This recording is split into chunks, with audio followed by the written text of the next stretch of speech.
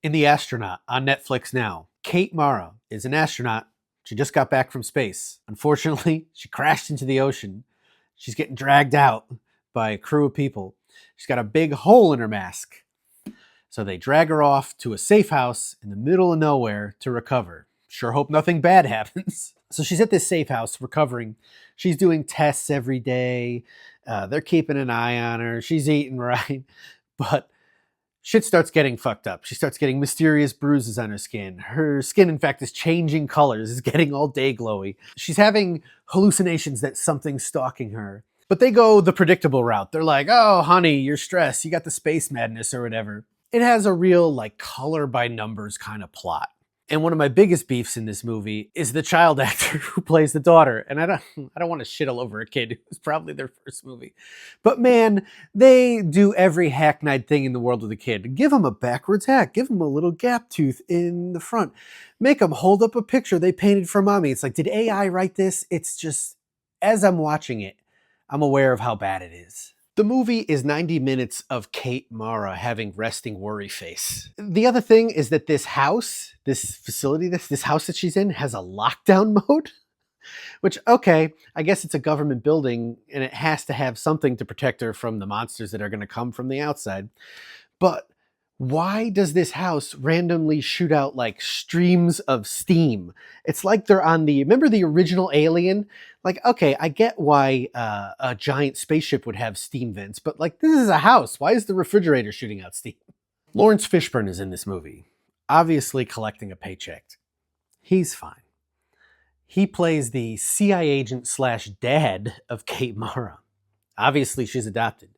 And in the movie's incredibly dumb ending, you will find out exactly why. And part of that dumb ending, let me ask all the fathers out there. Okay, so you've got a kid, and your wife is in this facility.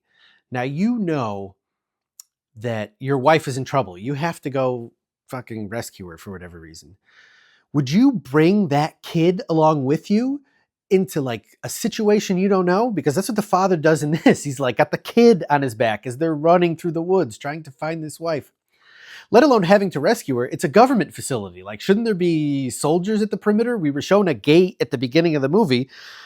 How did this husband even just get in there? This movie's on Hulu if you're a masochist. I only clicked on it because it was rated number 2 of the most recently released movies. I'm guessing it's dropped since then. But like I said, it's on Hulu if you want to watch it.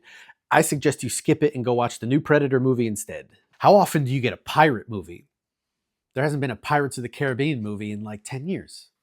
How often do you get a woman-led pirate movie? You'd have to go back to Cutthroat Island back in the 90s.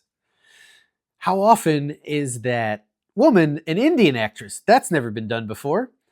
You know, and on top of this, you add in a bunch of pirate ultraviolence, and you've got The Bluff, which is out right now on Amazon Prime. So poor Bloody Mary. She just wanted to disappear from the pirate life and go have a family. We know that never works out. She's being stalked by a couple of people. Bloody Bill, Carl Urban from The Boys, also on Amazon Prime, and the guy who played Boba Fett in the new Boba Fett series, Tamura Morrison, that's his name.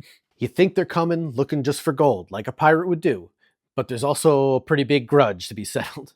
This pirate movie is definitely rated a hard R. If you take a shot for every time someone is trying to light off a cannon and they get shot in the face, you would be wrecked within the first half hour of this movie. In this movie, a guy even gets executed by cannon, which I've never seen before. There's scenes where they are using treasure chests full of gold as shrapnel bombs.